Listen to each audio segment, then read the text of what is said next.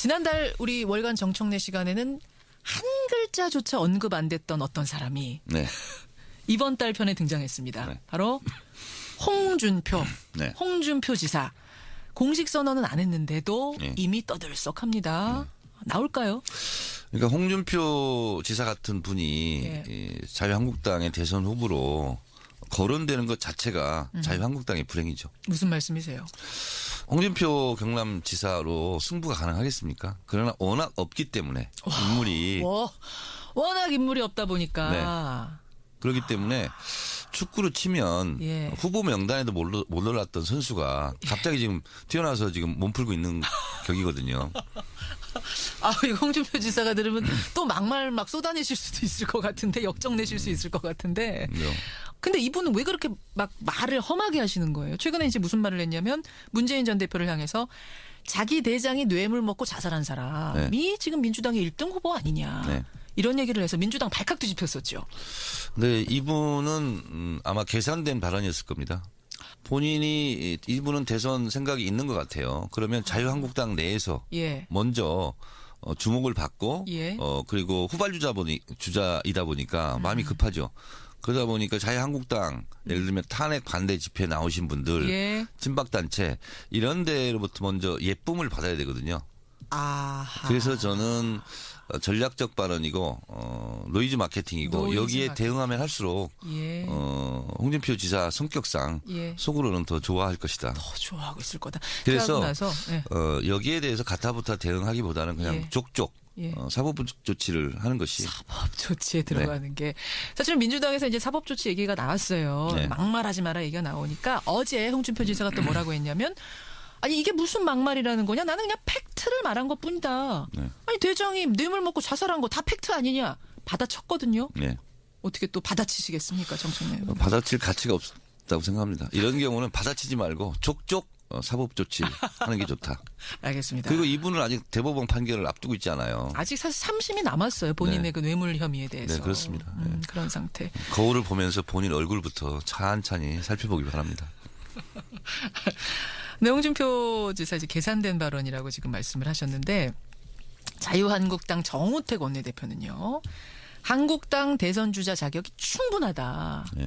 지금 정청래 의원은 거울 보라 그러셨는데 정우택 원내대표는 전혀 다른 얘기를 했어요. 자격이 충분하다. 아직은 지지율 미미하지만 분명히 치고 올라갈 수 있다라고 보고 있는 건데요. 만약 황과 황교안, 홍준표 둘 다 나온다고 치면 지금은 지지율이 한 5배 차이 납니다만 누가 당 후보 될 거라고 보세요? 지금 자유한국당 지지율이 뭐 12, 3% 이렇게 가고 있지 않습니까? 당 지지율이. 그리고 지지율이 좀 낮은 편인데 자유한국당은 대선 출마자들이 10명도 넘을 것 같아요. 아, 출마자 많아요 지금. 네네. 미니버스 한 대 동원해야 될 것 같아요. 대선 주자 다 태우려면. 그래서 저는 재밌게 보고 있고요.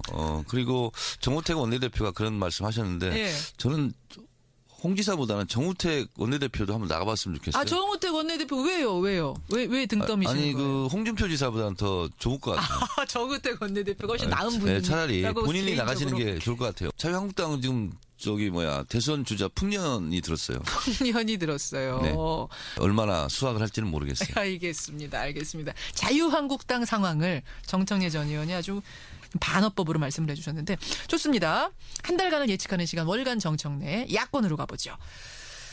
오늘 저녁에 민주당 대선 후보 경선 토론회 그 첫 회가 저희 CBS를 통해서 중계가 되는데 6시 30분입니다. 여러분. 솔직하게 그냥 허심탄회하게 얘기해보죠. 만약 탄핵이 다음 주에 인용이 된다고 하면 대통령이 정말 탄핵이 된다 하면 대선은 5월입니다.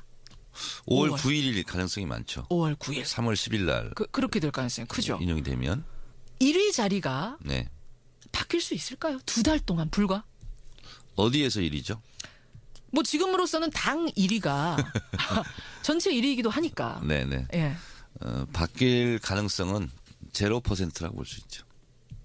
아니 그렇게 단정적으로 말씀하셔도 단정적으로 되시겠어요? 말할 수 있는 것이 두 가지 여론의 흐름을 우리가 주목해야 됩니다. 뭡니까? 아마 여론조사 업계에서도 상당히 신기하고 의아하게 생각하는 것이 3, 4개월 동안 박근혜 대통령 탄핵 여론 80% 안팎이 전혀 바뀌지 않고 있습니다. 또 하나는 3, 4개월 동안 예. 문재인 대표의 지지율 1위가 바뀌지 않고 있습니다. 그냥 3, 4개월 됐어요, 벌써? 네, 그렇습니다. 그래서 이런 경우는 굉장히 드물었던 경우거든요. 그래서 한 주제를 놓고 국민 여론이 이렇게 3, 4개월 동안 고정불변한 것이 극히 이례적인 일이거든요. 더불어민주당 경선에 딱 들어가면 가장 큰 핫 이슈. 네. 우리 김현정 앵커에게만 알려드리겠습니다. 뭡니까? 가장 큰 경선의 핫 이슈? 경선이 들어가자마자 가장 큰 이슈. 문재인 50% 넘을까 안 넘을까 이게 핵심 이슈입니다. 그래요. 네. 반을 넘길까 안 넘길까. 왜냐하면 이제 반 못 넘기면 결선 투표제 다시 한번 1, 2위가 싸워야 되거든요. 2012년도에는 53% 득표로 결선 투표 없이 없었죠. 직행했었죠. 예. 이번에도 비슷한 결과를 가져오지 않을까 저는 개인적으로 그렇게 전망합니다. 실제로 다른 후보들 같은 경우 나는 2등을 먼저 하겠다. 그리고 결선 투표에서 한번 대결해 보겠다. 예. 실제로 이렇게 얘기하고 있지 않습니까? 그런 전략 지금 꾸리고 있죠. 네. 안희정 지사 잘하고 있습니까? 축구를 치면 우리 편인지 상대편인지 잘 모르겠어요.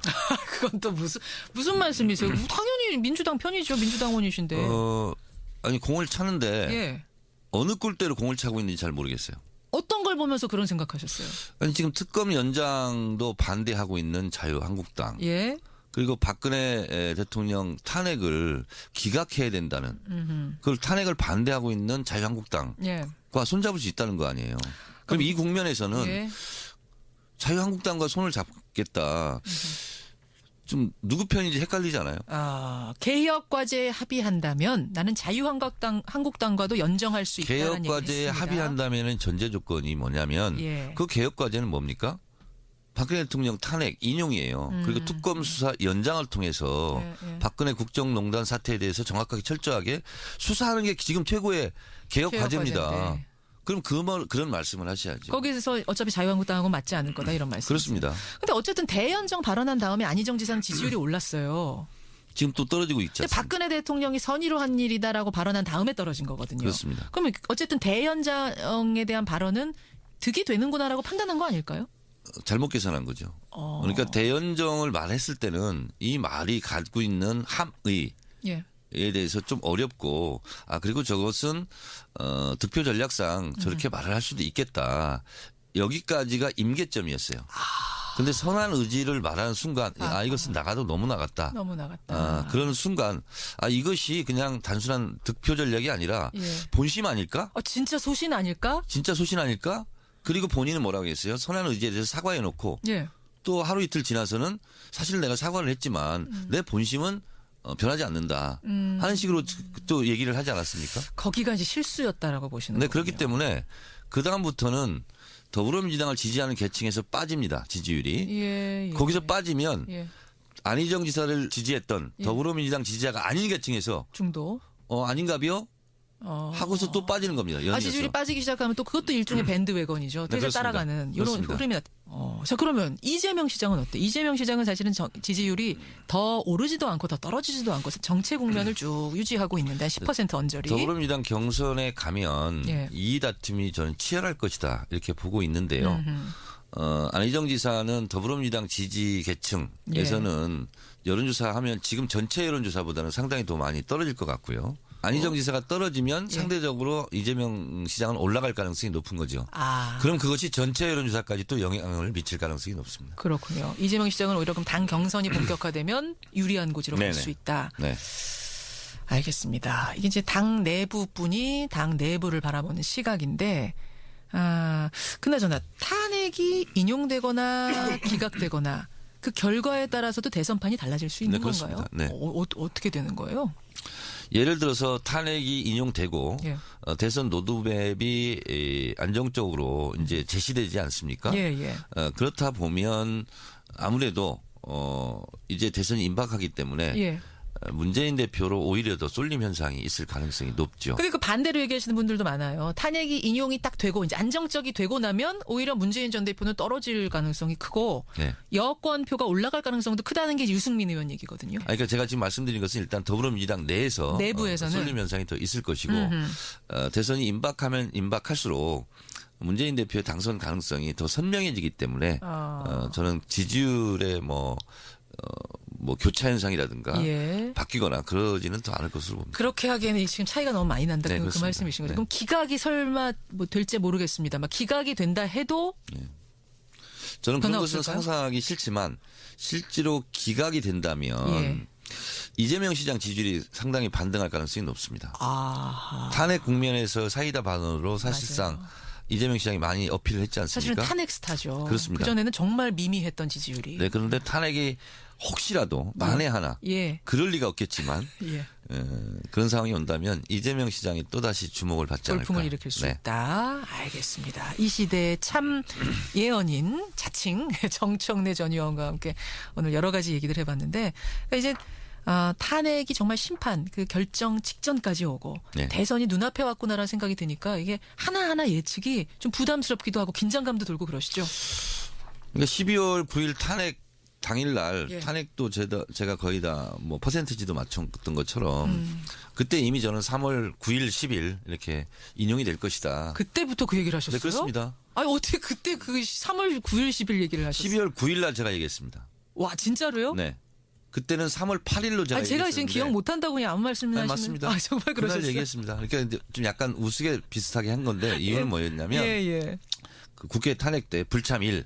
찬성 234, 1, 2, 3, 4, 반대 56, 무효 7, 그럼 8, 9, 0 숫자가 남는다.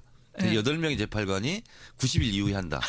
그 90일 이후가 3월 8일이었어요. 그때 1, 2, 3, 4, 5, 6, 7 기막히게 됐다 해서 화제가 됐었는데 8, 9, 10이 남는다. 야 이런 정말 아무 근거 없는 얘기를 이렇게 진지하게 하시니까 이게 또 재밌네요. 아니 근데 대체적으로 보니까 이정미 재판관 퇴임 이전에 할 것이다. 3월 13일 이전에. 그러니까 얼추 맞는 거예요. 8, 9, 3월 8, 9, 10일이. 맞아요. 그래서 이건 무슨 우주의 숫자의 조합인가?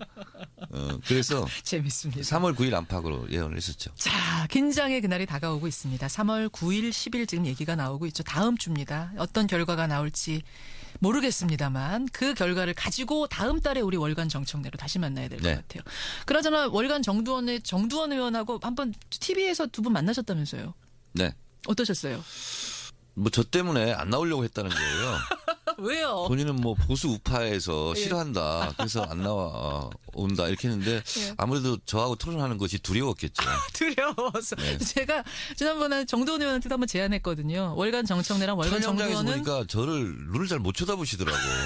그래요. 왜 그러셨어요? 두려워서? 긴장을 푸시고 앞으로 잘 해줬으면 좋겠어요. 두 분 한번 만나는 자리를 꼭 특집으로 마련하리라 약속을 드리면서 오늘 고생하셨습니다.